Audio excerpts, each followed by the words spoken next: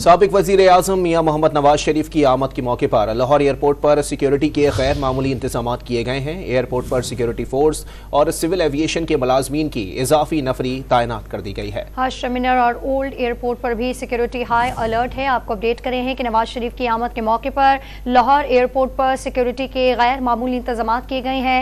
Airport पर security force और civil aviation के मुलाजमीन की इजाफी नफरी तैनात कर दी है।